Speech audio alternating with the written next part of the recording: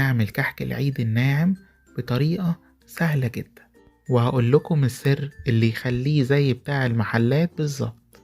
ولو أول مرة تشوفوا القناة ما تنسوش الاشتراك وتفعيل الجرس عشان يوصل لكم كل جديد. أول حاجة الدقيق يكون منخول، وهنحط كل المكونات الجافة مع بعض، الخميرة، رشة ملح ورشة سكر، وبعد كده هنحط السمسم ونحط ريحة الكحك ونقلب كله مع بعضه بالشكل ده. أهم حاجة نخلطهم كويس جدا مع بعض. وبعد كده هنسخن السمنة على النار، وأول ما تسخن معانا هنبتدي نضيفها على الدقيق ونبتدي نقلبهم مع بعض كويس جدا، ونخلي بالنا عشان طبعا السمنة سخنة وما يحصلناش أي حاجة في ايدينا. ونبتدي نقلبهم بالشكل ده لغاية ما كل المكونات تمتزج ببعض.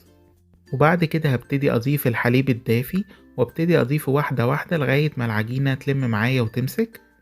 أهم حاجة ما ضيفش الكمية كلها عشان كل نوع دقيق بيختلف عن التاني.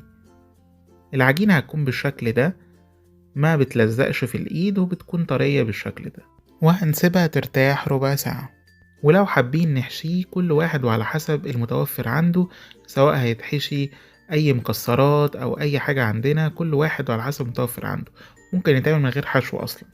وبعد كده هبتدي أحطه في قوالب البلاستيك بتاعة الكحك، ولو مش متوفرة عندنا ممكن نعمله بمنقاش أو نعمله حتى بالشوكة، أي حاجة تعمل أي أشكال من على الوش.